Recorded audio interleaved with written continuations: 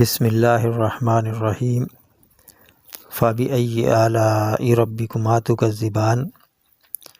السلام علیکم ورحمۃ اللہ وبرکاتہ۔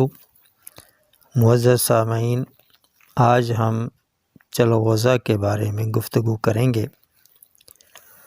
چلغوزہ میں پائے جانے والے اجزاء میں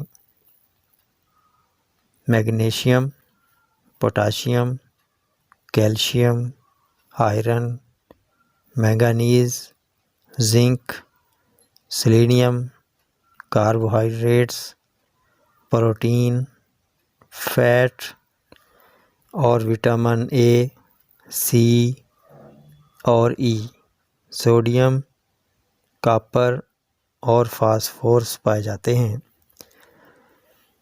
تو اپنے ان ایلیمنٹس کی وجہ سے یہ بہت مفید ہے۔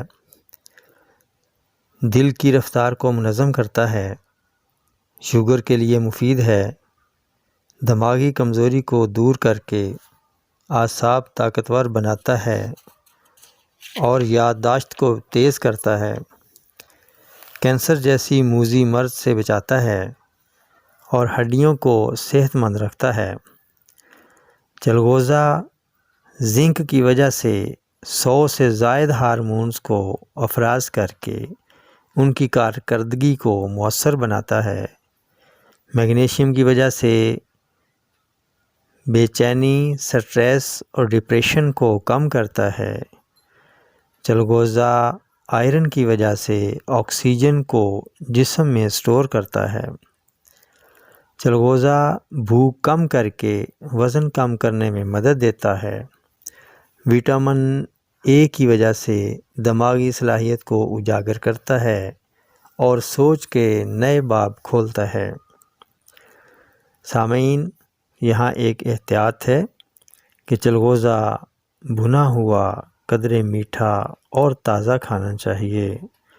پرانا بے ذائقہ ہرگز استعمال نہیں کرنا چاہیے۔ کھانسی کے مریض چلغوزہ نہ کھائیں کیونکہ اس میں روغن کی مقدار زیادہ ہوتی ہے جو کھانسی کو بڑھانے کا سبب بن سکتی ہے۔ تو سامعین محترم، انشاءاللہ اگلی ویڈیو تک کے لیے اجازت چاہوں گا۔ السلام علیکم ورحمۃ اللہ وبرکاتہ۔